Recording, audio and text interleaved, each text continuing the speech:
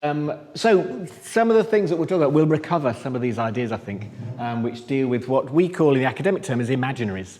And I'll scamper through, but I have to create credit to a whole bunch of people. Most of what we do in academia is based on a whole community of designers, researchers, technicians, some social scientists who stop you doing things ethically, and then designers like you who say, no, it's okay, we'll do it. Keep listening to the ethicists because they do know best.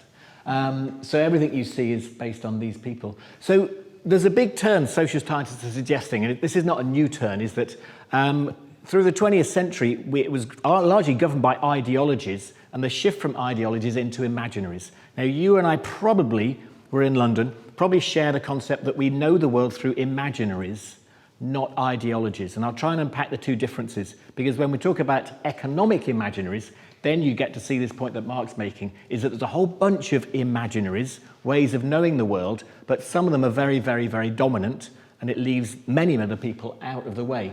So briefly, imaginaries could be seen as a creative and symbolic dimension of the social world, a dimension through which human beings create their ways of living together and the ways of representing their collective life.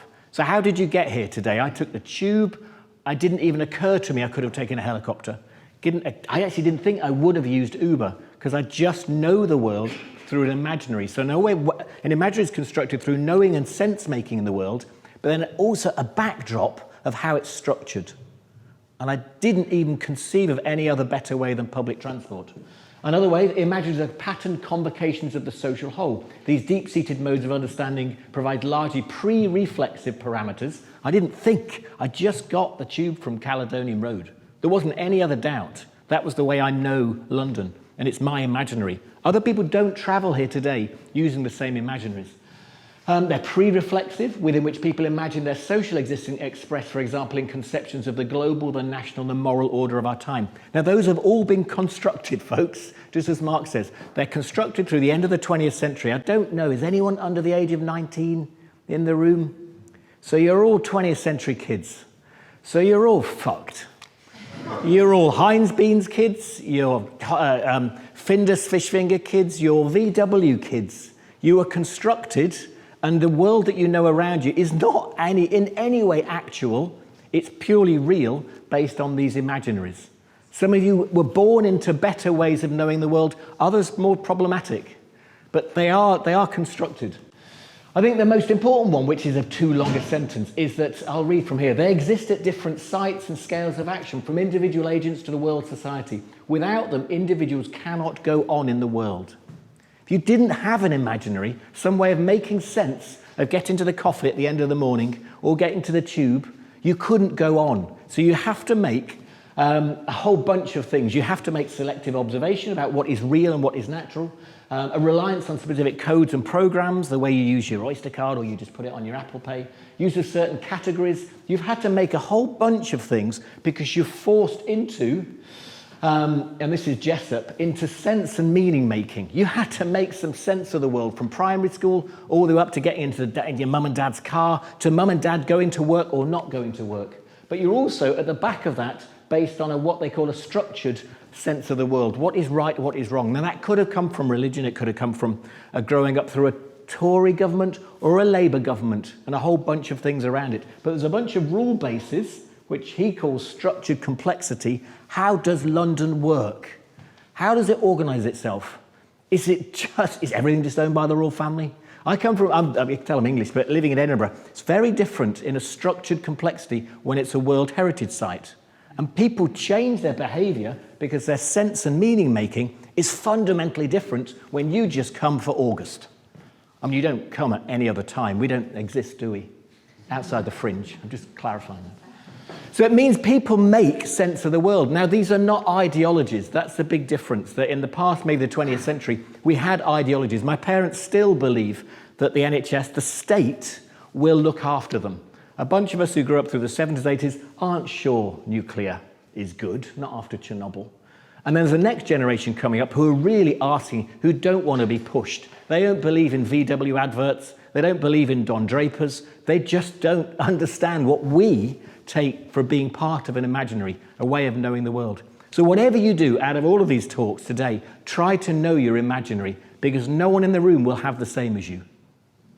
And you have to take responsibility for second guessing how you got to know the world and why you make certain decisions. And on the back of that, we're very interested now in, which I think Patrick talked about, is distributed to decentralized imaginaries, because you're beginning to see some of the fabrics of a centralized governed state begin to fray because of lack of trust or lack of alignment, I suppose.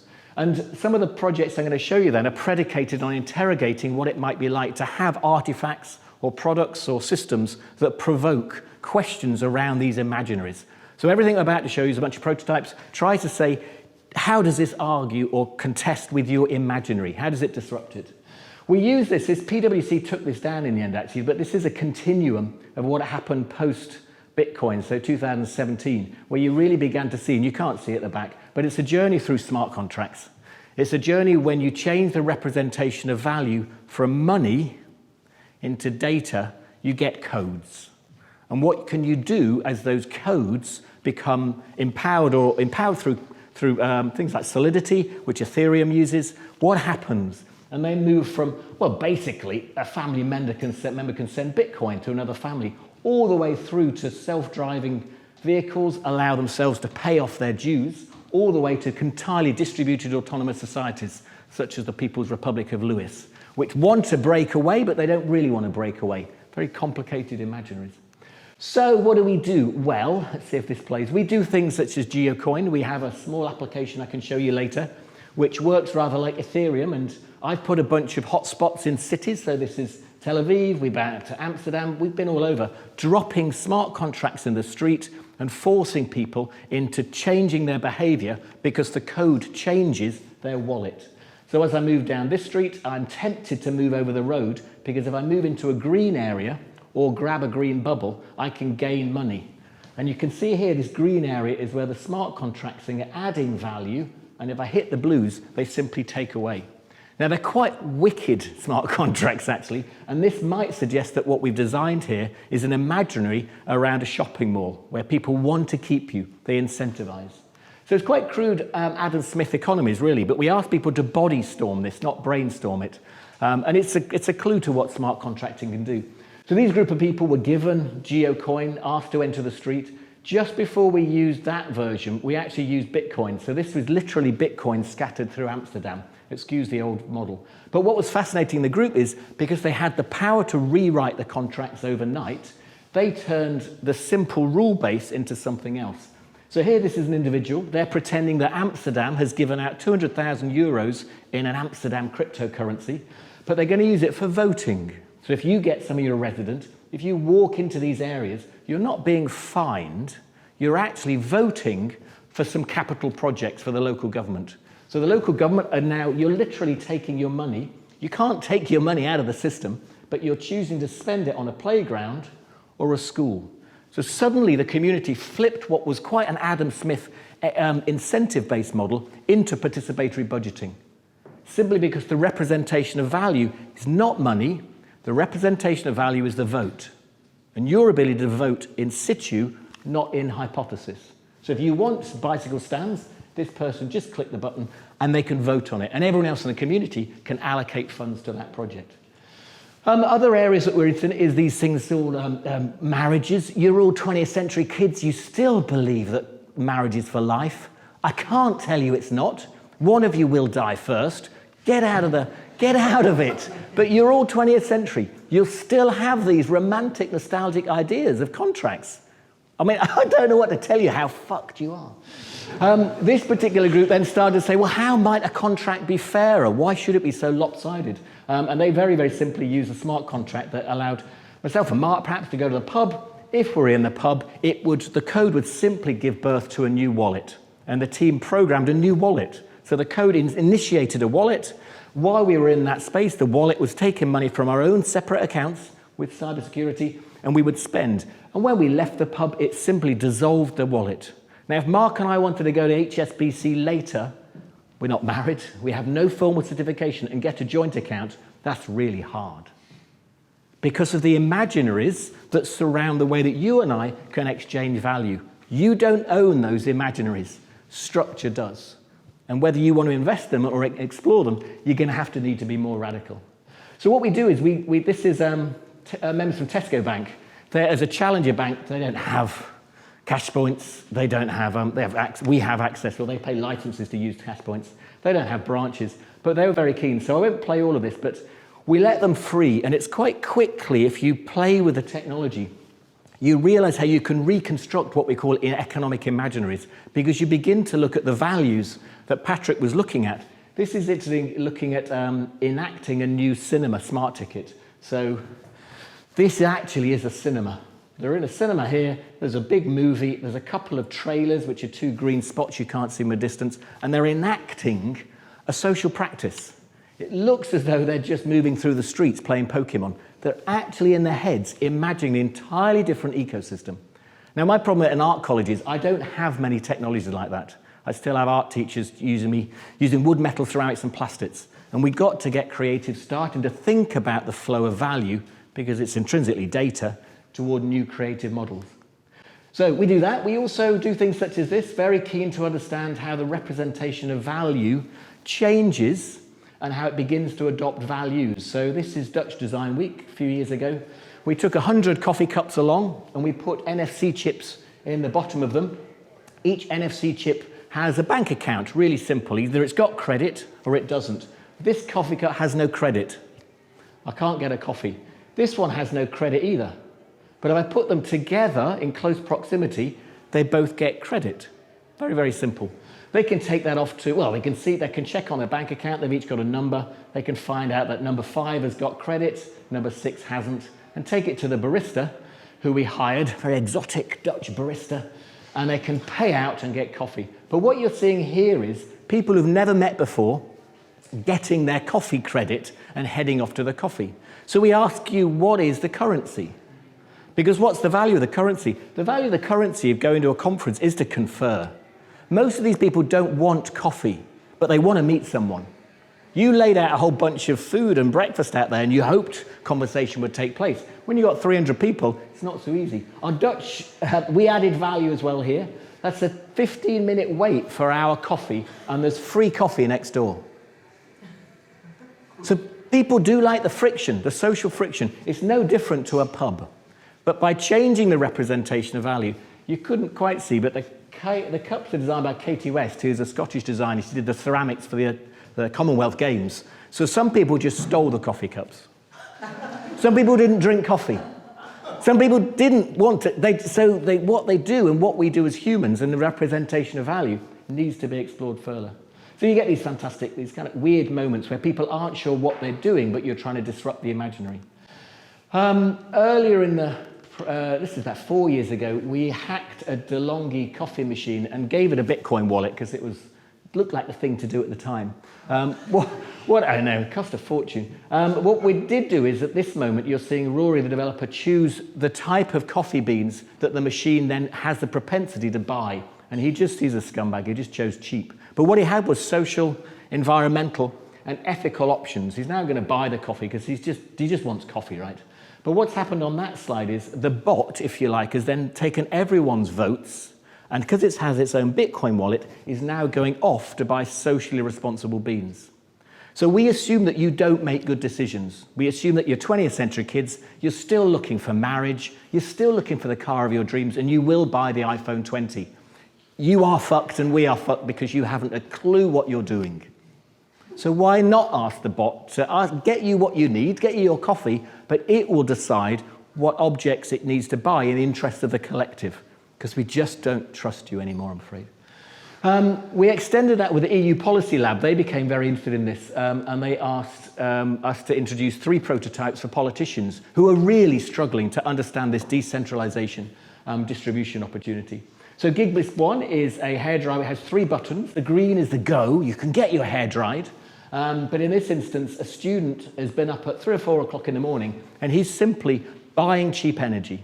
So he's buying it straight from the grid, 3 or 4 o'clock in the morning. It's dirt cheap, and he's going to sell it back to you at 7 o'clock on a Friday night, because you are 20th century kids, and that's what you'll do. I mean, look at your hair. It's gorgeous. So you'll buy this, and you'll pay over the top for his energy.